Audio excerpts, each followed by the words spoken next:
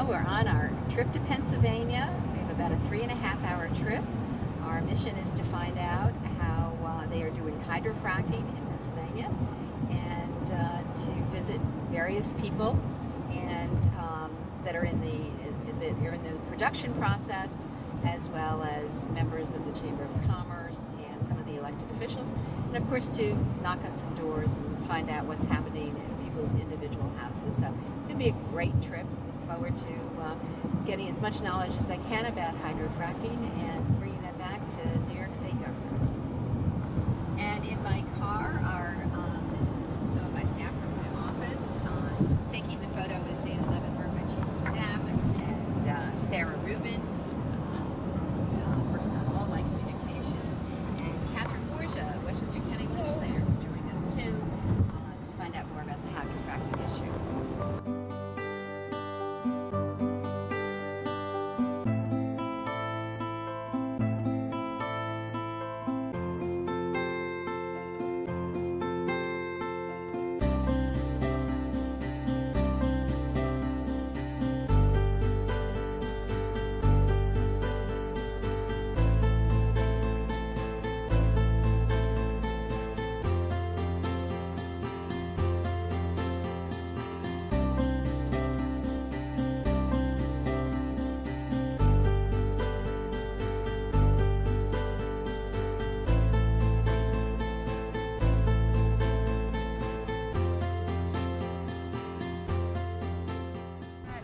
Go in and meet with many of the officials and some of the people from Penn State who've organized this trip, and we're going to see what we can find out about hydrofracking and go from there.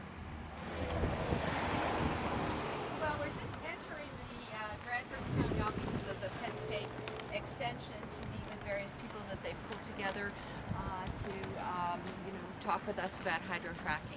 And this is a learning process for us, and we'll see what kind of conclusions we come to after we've spent the day here.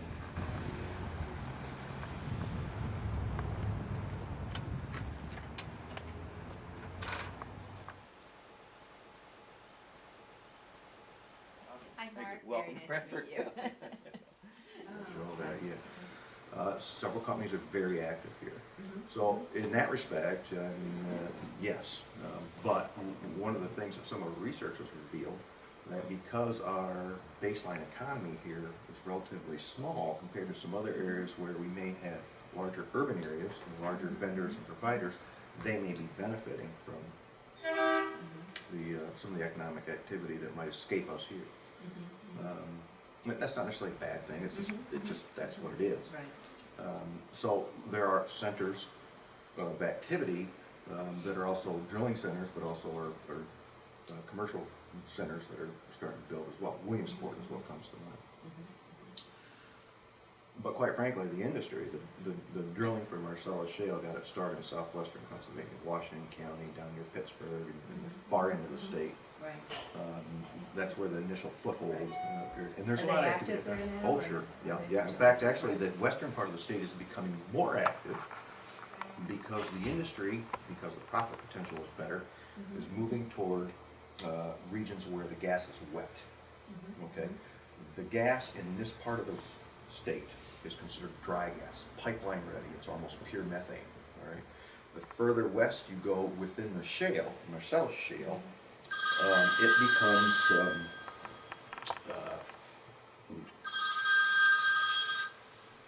it becomes what's known as a wet gas.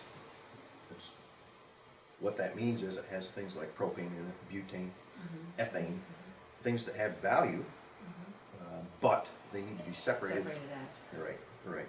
So that's also oil in some of those locations. So there's a price of natural gas is depressed right now. It's low, quite low. Right. And there's Does more. that mean activity is a little bit lower? They've already, several companies have already made plans to withdraw rigs and resources from dry gas areas and move them towards wet gas areas. Yeah, and we're starting to see them just now, just the start of it. Right. So, there might be what it's gonna slow things down, it's gonna loosen up some of the traffic maybe for some folks.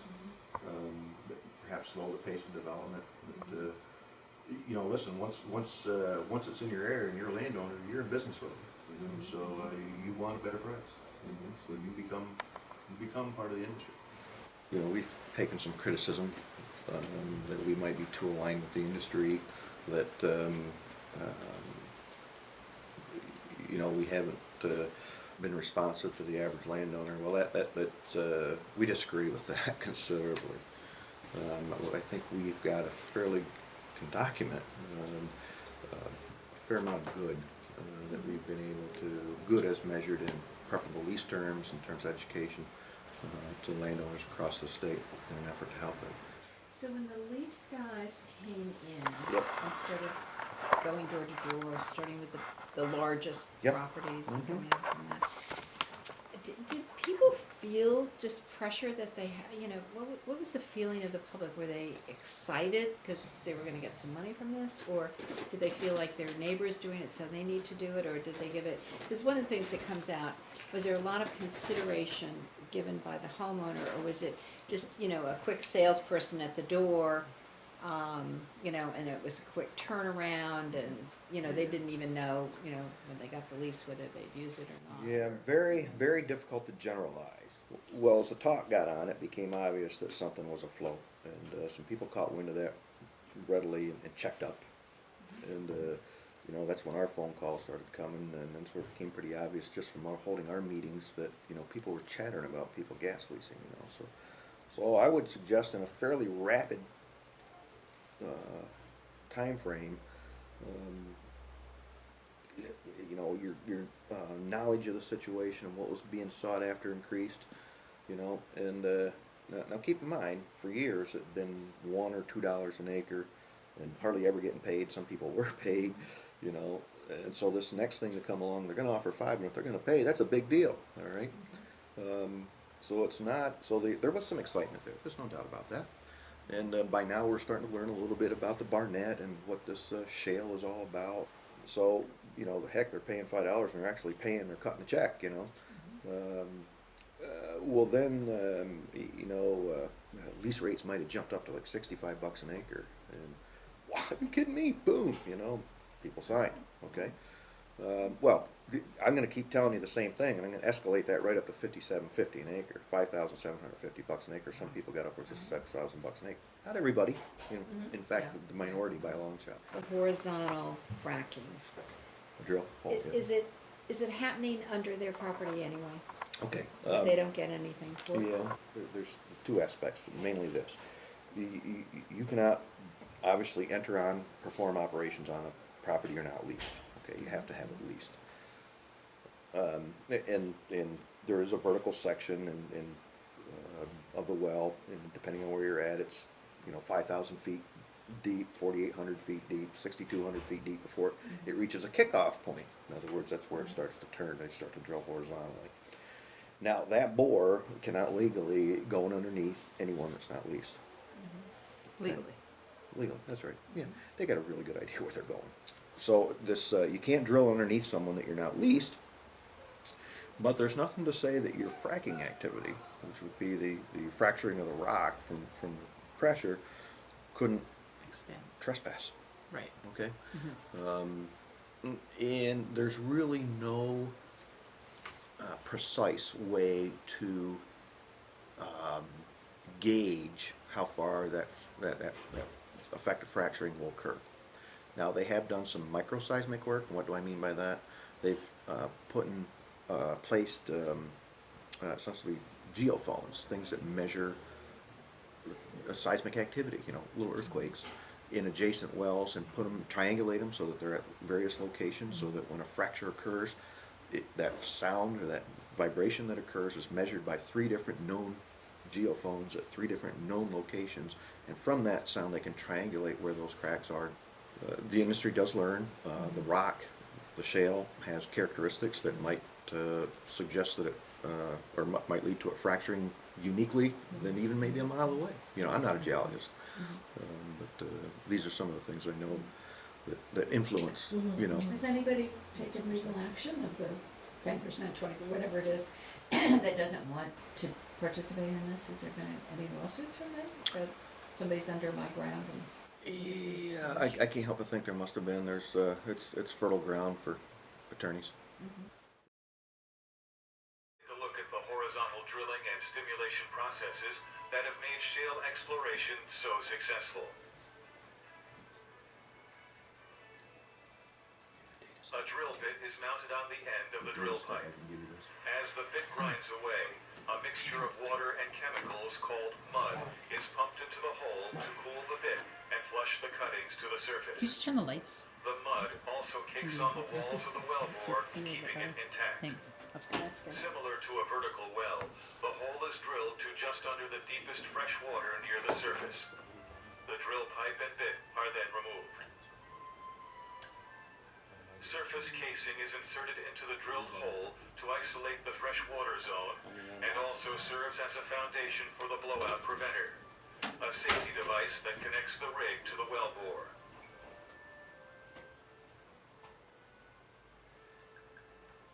Then, cement is pumped down the casing and out through the opening of the shoe at the bottom of the casing.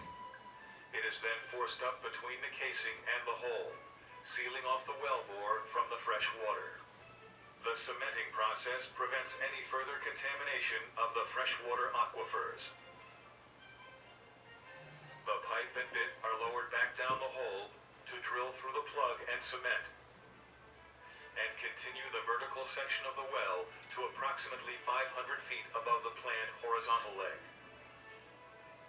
This depth is called the kickoff point, where the curve will begin so the horizontal section can be drilled. Up to this point, the process is the same as drilling a vertical well. Again, the pipe and bit are pulled out of the hole, and a downhole drilling motor with measurement while drilling instruments is lowered back into the hole to begin the angle building process.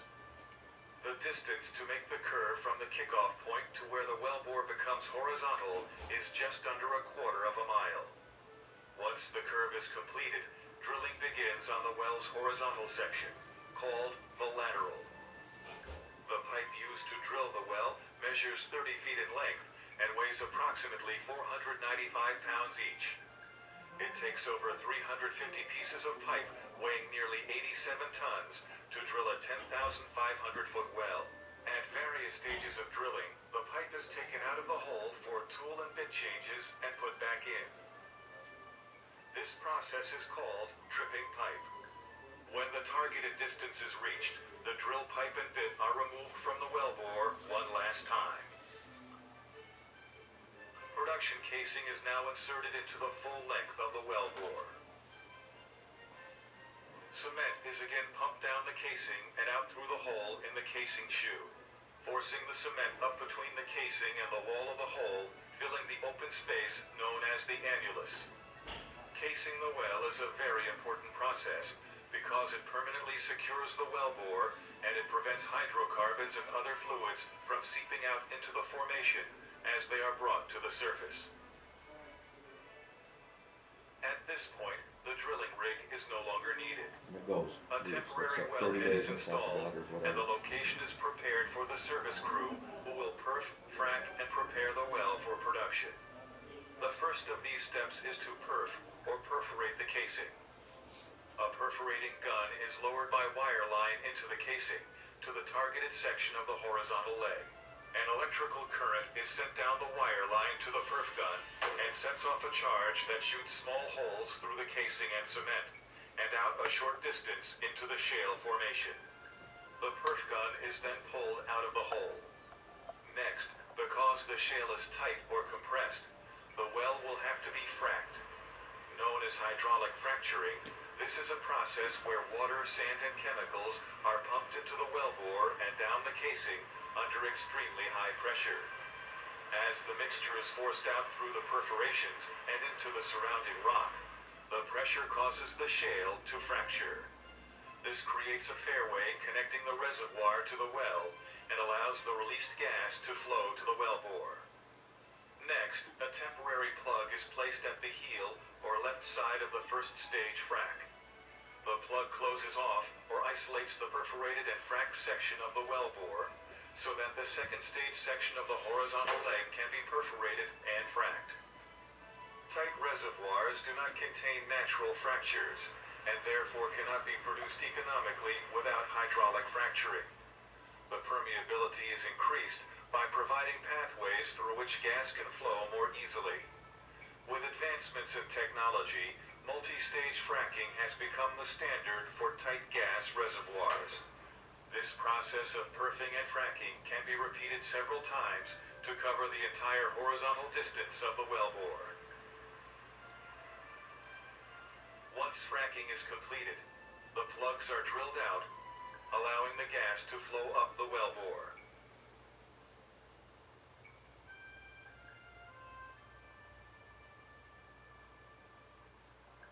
The next step is to install a permanent wellhead, also known as a Christmas tree, and other necessary surface equipment. A pipeline is then built to transport the gas to the pipeline network.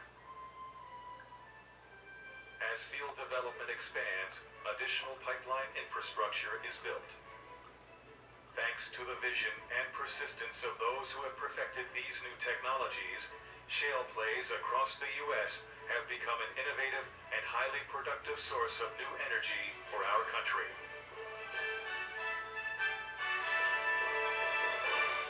So a rig comes in, spends a couple month or maybe a couple months depending on what they're going to do. They pull that rig out, it goes on its way, and then oftentimes what they'll bring in is either like a workover rig, or this is a rig that will do downhole work to prepare for fracking, which will occur later. Okay, now keep in mind, every one of these steps I talked to you, they might be in close succession, you know, for some companies, or there might be upwards of months between these sort of things. And then when it's active, though. When it's actively producing? When it's actively producing, they're actually producing something. Then how long are they there for? You know, once the thing's producing, it just sits there and quietly does its business. I mean, their well tender might check on it every day or every other day just to make sure. Is there for 5 years then? Or Oh well, the expectation is several decades. Several decades. Yeah, I see. yeah, 20, 30, 40 years. They really don't know. Oh, they'll be in and out, just checking. Yeah, the well tenders. They Well tenders. Yeah. But basically, like you pumpers, said, what it's they just call 'em. doing its thing. Yeah, it just sits there and does its thing. Have there been any accidents, like explosion kind of things? Or anything? There's been some spills. Actually, one just reading about it in the paper here. Chesapeake had a problem April a year ago or something like that, and they just got fined. They had they were fracking a well, and it blew out. Okay, there was a lot of water came back to the surface. It wasn't a fire. It was water, salty water. Right. You know. Yeah. Yeah. Yeah. Yeah. Salt's really the thing. Right. It's just a Not preponderance of salt. radioactivity? No. No, so. So that spilled off the well site and got into some drainages in a little pond there and stuff like that. But I don't want to suggest it wasn't anything, but it really didn't leave the site. One of the issues, and I think that's one reason why so many of them are placarded now as fresh water or not brine anyway, is because they are creating, and I don't know that you'll necessarily be able to look down in one. There's several in the neighborhood you could probably drive by. Water impoundments. It's a very water dependent industry. And what they do are construct these water ponds, essentially plastic liner ponds, several million gallons of water, and they will fill these with water to use during the fracking process. Do they look a certain way? Are They're they tower kind of things? no, they're not towers. No, they're water impoundments. They're literally a plastic lined pond, almost like a Oh, a landfill. pond, okay. Yeah, water impoundments is what they're called. Actually, there's And that's for the fresh water, you're saying. yeah, that's where they put the water. But what happened After was it's we had a been couple situations where someone was picking up fresh water, and it was actually in a soil truck, you know, and then that was spilled into their pond impoundment, and that torqued the industry off. How does the flood affect the water, the wastewater that might be in these? What did you call the? Well, you The call water it, impoundments? Yeah. Yeah. As a community member, delightfully, because if you're going to get 10, 12 inches of rain falling in that impoundment, we calculated it out to be like 235 truck trips that didn't need to go up and down our roads. It was free Oh. water. Is what Oh, it so amounted to. that's good for the fresh water, but don't they? but aren't there place impoundments? But what aren't they also putting the wastewater in some of these sorts of things? Wastewater is largely contained in steel tanks. Okay, there are some operators, the way they operate, do have pits where they store their drill cuttings, which is the rock and whatnot that's separated from the drilling mud, which is a manufactured drilling mud. And they've got tools that remove that, and they are pits, and they will take on water. We went by a wastewater treatment plant, Probably really close. PTOW, probably a town. That's a thing, town, so yeah. that has nothing to do with. We have not had any locally constructed wastewater treatment facilities specifically for Marcellus Shale yet in this locale. Yes, in other locations. Yes, there's a couple proposed here, but not in this Is it particular being, location. I thought I read somewhere it was being traveled to Ohio? Some of it's traveled to Ohio to injection wells.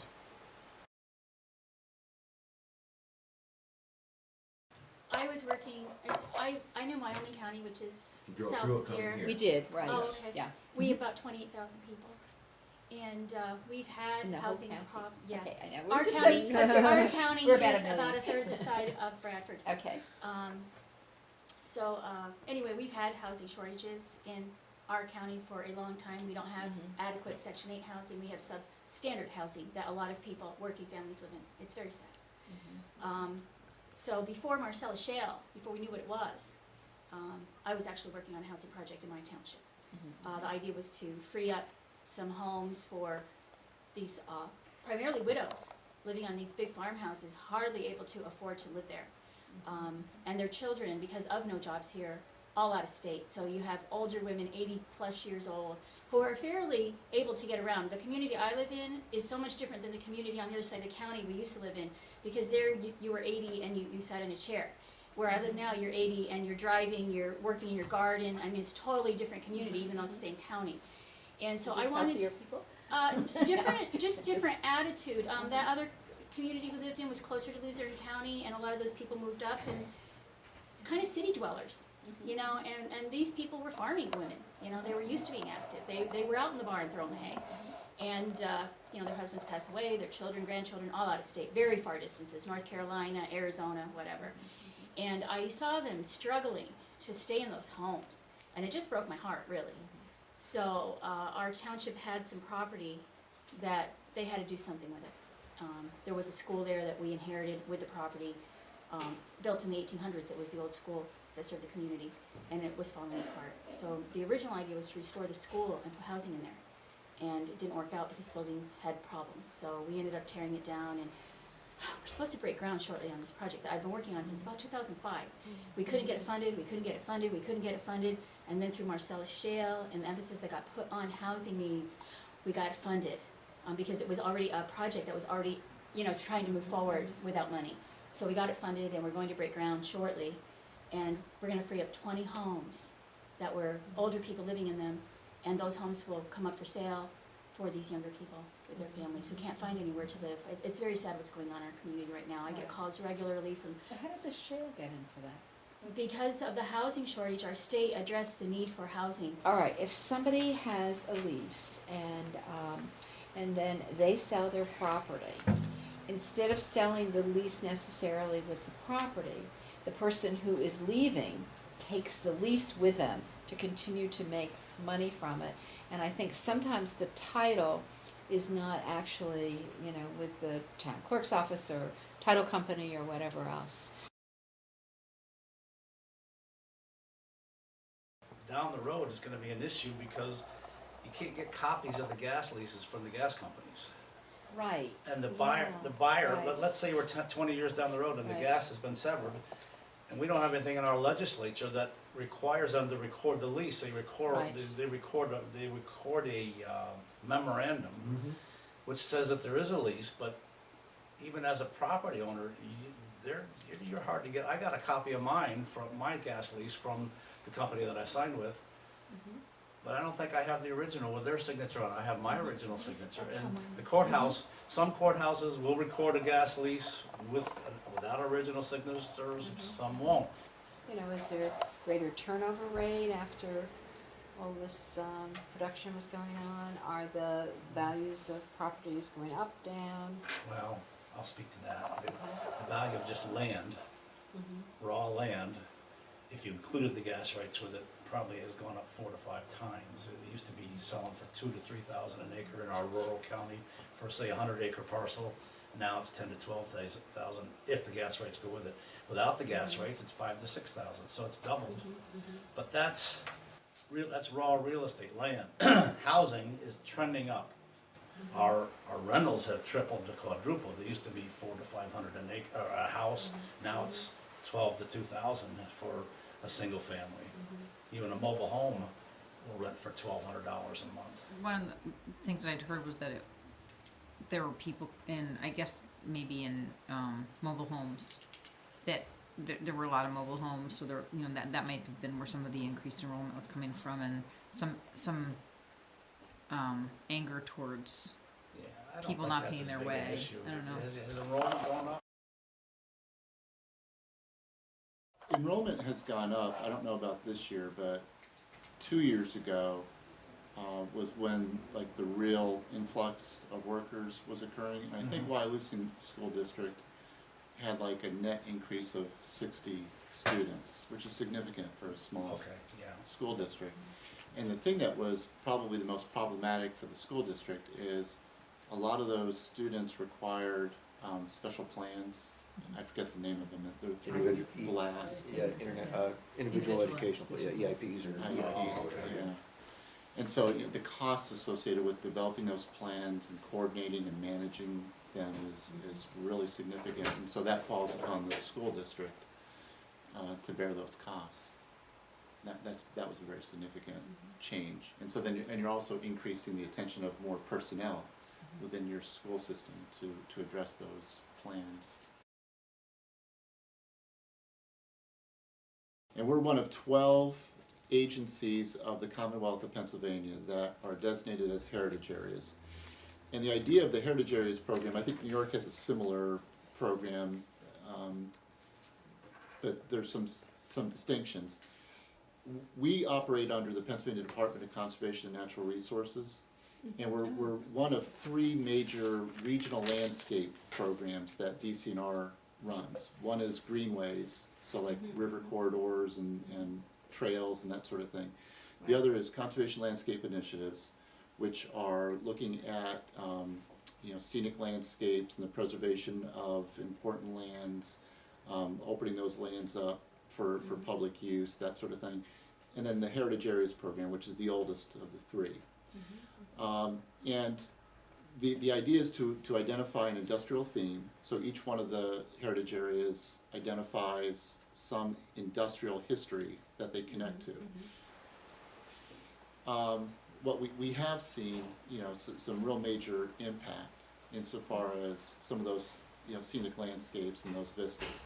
PennDOT, Department of Transportation was a partner, and a number of other agencies and entities to restore that overlook, because it's a Works Progress Administration. 1930s is when it was built, and it's really a unique place, and it overlooks a settlement that was from the French Revolution, 1793, French's Island, and right in the middle of that viewshed is a pad, is a well pad, and so now you're having the associated pipelines, connected to that pad. So that's just one example. The physical forces now that are in play that may lead to water quality impairment, and we're talking about pressure, only dissipates over time. So from one perspective, you could almost reason that over time threat would be reduced, quite frankly. Personally, and I think some of the data might suggest this too, there perhaps more risk to our surface water resources, than our groundwater resources. This industry is fairly confident, and I think the data over time is going to bear that out.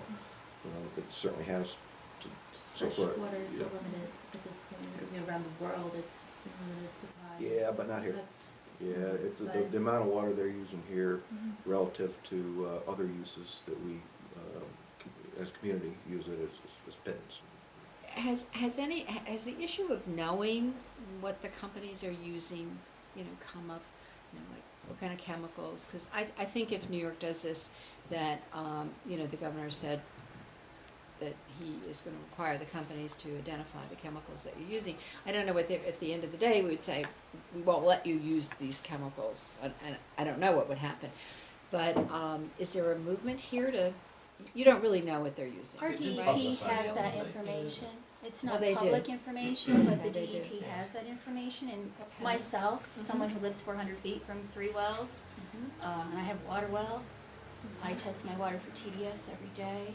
I've done that for several years now, and I can tell you I've never seen any significant change in my water. In fact, this past year, because it's been so wet, I've had lowest TDS levels I've ever had. I never saw any kind of disturbance when they were drilling, when they were fracking. I've never had any bubbling, sediment, odor, or color changes. Am I worried about every little chemical over there? No, I'm not. For me, the noise has been very disruptive. We don't have small children. I can't imagine if you had children and you wanted them to study and go to school the next day with no sleep. I don't know how you deal with it. Now, my husband, noise doesn't bother him as much because he works heavy in highway, so he's around noise all the time. But the traffic has really been bothering him on our road, and our road is much quieter. I know the people, because they had been working so intensely in our area from like October through, practically the end of January, the people just in my general area were irritated from the traffic. Because, we have this new beautiful road, but they didn't widen it. Did the town, or there's no local, there's nobody that can say, hey, stop, don't do it here because of, The state issues the permits. the not state local- issues the not the local permits. governments. Right, so you don't really have any local, Not you don't yet. really have local Not control. yet. That's been challenged. There have been some case law established in that regard. Obviously, what the industry would want would be uniform rules across the state. I was surprised. We had the Wyoming County Landowners Group in my county. They signed one of the best leases really in the area for money and for environmental protections. And after they signed their lease, at one point they asked me to come to one of their meetings. I wasn't part of their group. And I went to one of their meetings, and I didn't even know why they wanted me there. I had just read at a hearing about cementing standards and water protections, and they saw me and they invited me to come to their meeting. So I went there. I didn't think I had to prepare anything. I had no idea where I was going. And I went, and I was expecting to see a whole bunch of people that, I want to be a millionaire. And I got into that room and found it anything but. These people took all that time with that lease so that they would have environmental protections and safety measures and control of what went on their properties. And I would say that from that point forward, when I think the county started recognizing more what I was doing, I have met more what I call reluctantly leased than I can say that this person seeked it out. When the first person in your township or your county signed that lease because of horizontal drilling, they forced all of us to make some really hard decisions. And I really feel we all did the best we could with the information we had at the time. I really feel that strongly.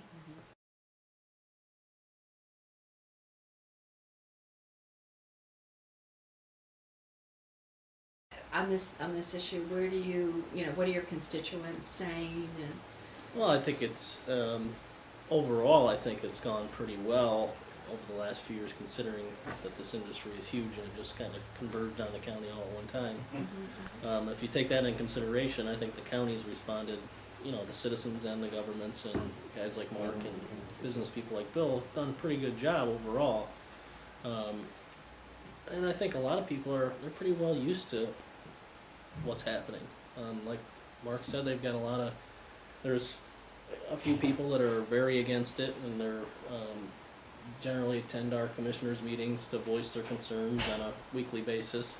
But yeah, there are people that have changed their tune because maybe I'm only speculating, or maybe a little bit conjecture on my part, that they had a bad experience with somebody in the industry, or they didn't get as much money as they thought they were going to get, and that might change some of their attitudes towards the drilling in general. Where are the fees, where's Yeah. the money from the gas companies going? How's it, any of the profit part of it, besides just the economic boom to the area, what are the pro sides, and then some. Well, what are the con county, I sides? mean, we do collect fees off of basically copy machines, which for our registry recorder's office is, it could be $700,000 a year because of all the title searchers in the courthouse doing these, making hundreds and hundreds of copies each of them a day or whatever. I mean, it's a ridiculous amount of copies. But basically, I mean, we've, as a county, those fees have helped us cover some expenses of doing business here now. With we've had to raise salaries. Just recently, we did our dispatchers and our sheriff deputies. We've done other departments last year and the year before that. To retain help, Yeah, Retain because- help. Because the gas industry pays more. to retain help. So they have to. We have to be Come on. competitive. We can't Be keep competitive. people in the seats.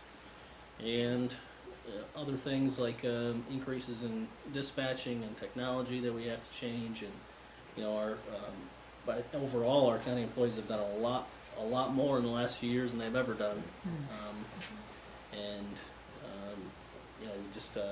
We have to utilize some of those revenue streams like the fees that Mark mentioned to try to cover To some help, of those yeah. costs. I mean, right now we're dealing with our jail population, which has exploded here in the last year, and we're debating how to deal with that because it was just expanded 5 years ago. We run about 25% natural gas related workers come through the jail. We've housed, we just had a prison meeting yesterday. We're around 230 of those people have come through the system in the last few years. So that's sort of our average right now. Would that be true for like parole and probation too, Mark? Well, probation is a whole different story. Probation, we take a lot of cases on from outside of the state, of course, and also we're supervising more people than we ever have because of that. So, yeah, the criminal justice system is definitely seeing its fair share of problems. I think the state police. Why? Yeah, I never would have. Well, it's Just How much because of it's it alcohol related? transient? it's a transient workforce. It's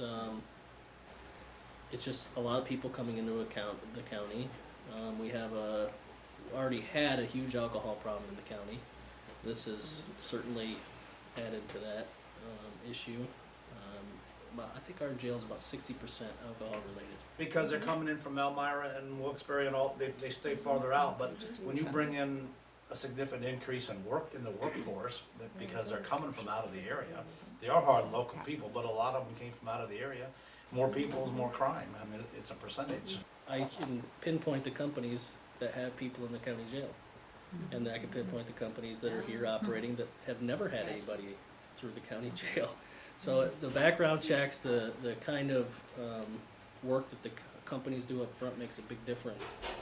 Do you communicate with those companies? Does somebody communicate with them and say, look, we're having a lot of Yeah. people in here and. Actually, yesterday I had lunch with a few people from a company, and that was the conversation was they're subsidiary contractors of other companies, and they have the list. And their security guys have the list of companies that are currently supplying inmates on a regular basis. I'm pro-gas, that's my bias, but there's been some social issues, the jails. We have some prostitution we didn't have in this county. We have some homeless we didn't have in the county. We have social issues like the family planning that they're getting inundated over there with, because they're hooking up with gas guys, and they don't. There's lots of issues that have been some social issues that have occurred. And this is something that you probably should be aware of. The road situation. The companies have spent, and we did it, so that was with one of the commissioners, and they've done $3 to $4 million in fixing roads in this county. Now there's an impact fee. Are these companies gonna be so willing to fix the roads? And when Probably they not. fixed the roads, they did it 1, 2, 3. Let's put the state in charge of fixing the roads. First, they're gonna have to think about it for 6 months, and they're gonna have to engineer it for 10 months, and then they're gonna have to find the money. Location of the well sites was a big issue here. We had just been through a readdressing program in the county, just starting to get it finished actually when the drilling came. And Pennsylvania has no law or requirement for natural gas companies to put an address on a well site. So I mean, there were response time issues getting to people that were hurt because you didn't know where these people were, and they didn't know where they were. The only thing they knew, They didn't know where they were. I'm in Pennsylvania. All right. I have no idea. Where are you? I'm Yeah. in Bradford County, I think. Right. And those are actual calls. Yeah. I mean, these guys had no clue where they were. And so we as a county, we had to work cooperatively to convince these companies basically to put a standardized sign at their well site, get an address that was 911, And you they- could locate with the 911 system. That's good. And, you know, it wasn't easy at first because a lot of them didn't want to spend the money. Right. But we got one of the large companies, okay, we'll do it, we'll lead the way. Once they did it, everybody does it. You know, there's no requirement for them to do it, but they do it. They understand it's a safety issue. And I think once the corporate side of some of the larger companies realized, okay, we've got to be able to find our people in an emergency. Right. Okay, we've got to do this. Does the industry itself, are they good neighbor? I mean, I have the nuclear plant, and Entergy contributes a lot of dollars for whatever their reasons, would be to the community, sponsoring different things, rehabilitating art centers, doing all kinds of things. And I guess I don't think they've ever reclaimed land or anything like that I know. But would any of these, I mean, you've got a lot of companies, are they gonna do some, at the end of the day, are they gonna provide you with the new country club, the huge recreation center? First of all, it's company by company. It's not industry wide. There are some companies that don't do anything at all. They don't believe in it. They've been bluntly honest with us as public officials, saying we're here to drill wells, make money, and that's it. Other companies come in and they do everything that you're talking about. There's a lot of service industry growth and, more restaurants and opportunities like that. Do you feel like this is a long-term change? Will the hotels, will the restaurants, will they be able to sustain? Because it seems like right now there's sort of a boom in terms of workers, et cetera, being poured in. And what we've learned from other locations Right. is as this development evolves over time, there is a period up front during the drilling phase where you would expect near capacity on your hotels, where you would expect things to be stressed. But at some point in time, as this evolves into more of the production phase, when that becomes and when that transition occurs, don't know. One of the things that we had a lot of discussion about is to utilize the boom as an opportunity to create other opportunities for growth in our county. And because we know it's not going to last forever, we just came back from New Mexico, that was the impression I had was, they had said down there that, they had been in the gas and oil town for decades and decades. Never really, they always just lived through the boom and the bust, never really took advantage of it until the last 10 years to say, okay, you know what, we need to utilize the growth and opportunity that the boom brings us to create other opportunities for our citizens and make this a really nice place to live. I applaud what you're doing here because I've often thought this was a regional development. Everyone knew about the Marcellus. Everyone knows about the Utica Shale, okay? And the states and the municipalities have had no dialogue. And it seems to me that on a regional basis, whether it comes from your governors or your state regulatory agencies, someone should have gotten behind this a little bit and said, okay, let's start having some conversations between counties and between states so that we're not struggling and having a comparison. Well, New York has a moratorium on this and you're having all the, that kind of friction with what you've got. And then here the opposite, where we just kind of, laissez-faire and it just occurred. And there's so many different sides to the development of this. I mean, you have good leases, you have bad leases, you have good attorneys, you have attorneys who don't know what they're doing. You end up with the difference in the casing methods, and it's like we're tripping our way through this thing. And maybe at the end of the day we'll be okay. I don't know. But it just seems like there could have been a lot more planning on a larger level to kind of work out some of the impact fee and severance tax is another thing. And maybe we could have had some uniformity talking between the states insofar as trying to come up with some uniform approach to it. Well, I want to thank you so much. It was a very interesting conversation.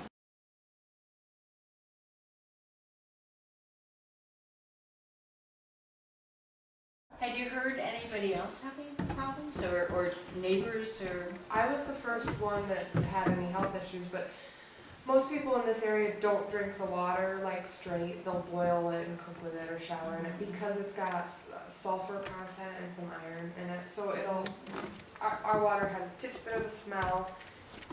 Before my husband, who was a plumber, installed a system on our house to filter out the smells and the taste of the iron and sulfur. Right. So we're like the only one in the area that would actually drink our water because we have a good filtration system. Right. But I know like the farmer across the street has complained about his cows losing their hair and getting sick and losing weight, and he doesn't know what's wrong with them. Farmer up the street having the same problem with their cows, and they both have barium at like 2 or 3 times the limit level that I do. So has the DEP come around to talk with everybody in this neighborhood? Yeah, and tested them, and then just sent them their results and said, see you later. Oh, that's where you are. And that's what they do. Uh-huh. Yeah. Right. The lady up the road, my barium was 4.75 milligrams per liter, and hers was like 9 something. And they told her to, and she called me up and she said, DEP told me to install a water softener. And I freaked at this point because I had done so much research to know what will be filtered out by things. And I said, Mia, listen, I said, I had a water softener, I had a sediment filter, a particle filter, and a carbon filter that my water went through before I drank it. I said, water softener will not take barium out of your water. And how dare DEP tell you to put a water softener on, drink your water, and then God forbid you have a heart attack. You know what I mean? I'm like, that's just it. They just walk away from our advice. So does the health department of the state come in, or county, or whatever? My lawyer was trying to get Chief to pay for my water. Because I had a water buffalo out here with a tank that pumped it into the house, and I had trucks come and ship me water. Chief was ignoring my lawyer's letters and wouldn't pay for the water. We got our first bill and it was like $11,000 for almost 3 months of water. So we're like, well, we can't live like this. Right. We can't pay $11,000 for 3 months of water. Did you get any money at this point from the gas company? Oh, no. Will you get money from them when for royalties at some point? The only money we ever got from Chief was the money for signing the lease. That you don't get any money unless they drill a well, frack it, and you're in that pool, right? I'm the closest house to that well, but because of the way that they figure out who gets money in the pool, they just do it however they want. And they went that way with it, so only one of my acres would actually collect. Wait, please stop. Only one of my acres would actually collect off of this well, even though I'm like the closest house to it. There's houses that are 3 miles away that would 100% of their land would collect off of that well. But yeah, I'm closer, and I own 1 acre. Not to mention it'd be like $50 or $75 a month. All of the things in my water were things that are so to say naturally occurring. Okay, but they're miles in the ground. The barium, the radiological material, you know, all of the harmful things, they're way below our aquifer. When they drilled, they come back up. Everything that they're drilling into comes back up with it and leaks into people's aquifers. In Pennsylvania, if you're within 1,000 feet of a natural gas well, they automatically have to assume responsibility for your water contamination. So if that well was 200 feet closer to my house, Pennsylvania would have made them pay for my water at the least. You know what I mean? At the least pay for my water. But they had that 200 feet, so they said, oh, sorry, we're not liable. So I took DEP's determination to a few geologists who had looked at it, and they laughed immediately when they saw DEP said your well's in a restricted flow zone. So why is that funny? And they said, well, because your well is only 37 feet deep. That's a very shallow well, and it sits right next to a creek bed. Your well is made primarily of sand and stone. It is the complete opposite of a restricted flow zone. The other thing DEP said, what was that? I mean, barium has been known to be found in the area in people's waters. In 1984, they found a water well that had traces of barium in it within a mile of my house.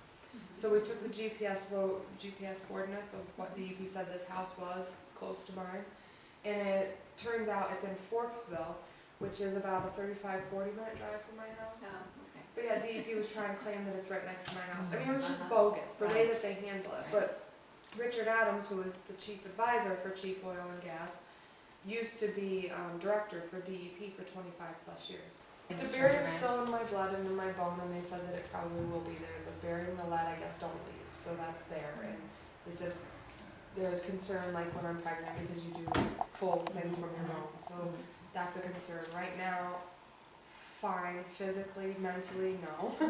You know, there's a lot going on. I get calls once a week of a new barium poisoning issue, of a kid, a cop. I mean, there's actually a local doctor in our area. His daughter has barium poisoning right now, and she's in all sorts of hospitals. They're trying to figure out what's, you know, how to get it out of her system and stuff. And they just recently found barium in their water, so.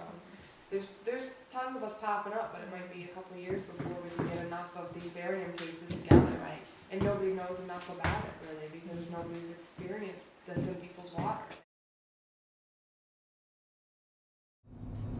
Was everybody signing a lease around here? Oh, everybody signed. Everybody signed. Yeah, I mean, you might find 1 or 2 people every 10 miles that aren't signed, but not many. I mean, they were good. They were charming. They knew how to get what they wanted. They came in with, let's release our foreign independence, or our independence on foreign oils, and this is a good thing for the jobs and the economy in the area. This guy dropped this handbook in a lady's yard in Ohio. It's been validated that it's really from this gas company and really from this landman. And in it is telling them how to lie to the homeowners to get them to sign the leases. How to, don't back out, don't let them tell you to come another day. You got to get them to sign now. Talk to the husband first. The husbands are always less concerned with the environment than the wives. How quickly did you say it happened when they started drilling? It was just kind of within weeks or something that you noticed? 2 weeks of, yeah, the drilling started is when I first started getting sick, yeah. Right. So it was probably a total of like 2 months from drill to the end when I found out what was making me sick. She's going through my whole life history's medical records to prove when we get to court that I've never had medical issues, I've never, you know, had mental problems, you know what I mean? I'm not a liar, Right. schizophrenic or whatever. And then she's going to go through my home to make sure any of the things that I use in my house didn't expose me to any of the things, which it makes no sense to me because it's a known fact that's in my water, so why do we got to make sure it's not in my shampoo? Do the doctors, I mean, are they just much more aware now of what illnesses can be connected with the drilling, do you think? Or they're still learning? Still learning, especially in this area. Some of them don't even want to learn. They don't want to even take the time, and they blow people off, most of them. That's why, I mean, and not to sound horrible or anything, but last week when I found out that one of the local doctor's daughter just got, you know, the barium poisoning and their water's contaminated, I felt horrible, don't get me wrong, but I was like, oh, finally, yes. Now we're going to get a doctor to pay attention. Maybe he'll start researching it more. And when Chesapeake and Chief first started coming to the area, the property values were high. Homes were in demand. These people didn't have any places to stay. All these guys coming from Texas and Arkansas and all these places. So the prices of houses did skyrocket. But in the recent months, past 6 months or so, they've been moving out of the area and the house prices are starting to come down majorly. You know, quite a few people that couldn't afford a house a year ago because of the prices, and now they're just able to afford a house. It's back in the normal price range that it used to be. They do this whole, you know, oh, we're so great for the economy. And yeah, you know, for a little bit, but when you come in, why don't you tell people to start hoarding that money that they're getting or whatever for the next 2 years, because once they're gone, they're going to need it, you know what I mean? And a lot of people don't think of that until recently. Now people are starting to worry. If you go to a local, like, bar or something, the past couple weeks, you'll find it lined up with truck drivers complaining about how now they don't have any work because Chesapeake's moved out of the area and they're gone, and But when they first came, oh, we're gonna be here a good 30 years. Nobody has to worry. If you have like local jobs and you don't want to quit because you're afraid you won't have a job if we move out, oh nonsense. Come work for us, we'll be in this area 30 years. And now people are losing their jobs that started these jobs 2 years ago. You know, they lie about everything. It's just amazing how much they can get away with. It really is. Right. And then if you add that to the issue of the loans and what did you say, the homeowners can't, they might have a lien on their home and so on that they don't even know about? Exactly. The newspaper printed an article this summer about all these people that had liens on their homes that didn't know that they did, and they couldn't get bank loans, and the bankers were telling them, go get a lawyer because there's nothing we can do for you. There's a lien on your property and you signed a lease, and in the lease you stated that they could do that. So the bottom line, you never would have signed one again. No, 75% of the people in the area would say they'd never do it again. They're keeping track of how many vehicle deaths we've had related to water trucks, how many rapes that we've had, how many assaults, shootings, stabbings, things that we've never had in past years that now, you know, is a major issue in our area. I know they are keeping track of it there. You've been just great.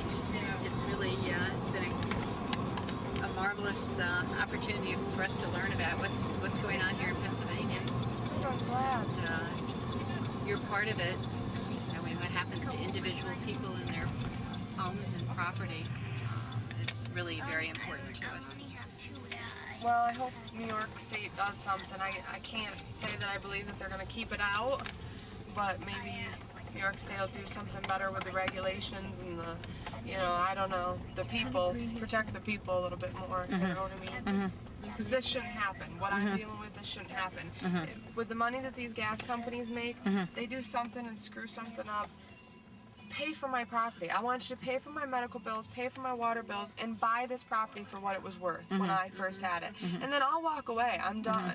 But that's all I think somebody should be given. I mean, it's not asking a lot with how much money that these companies make, you know?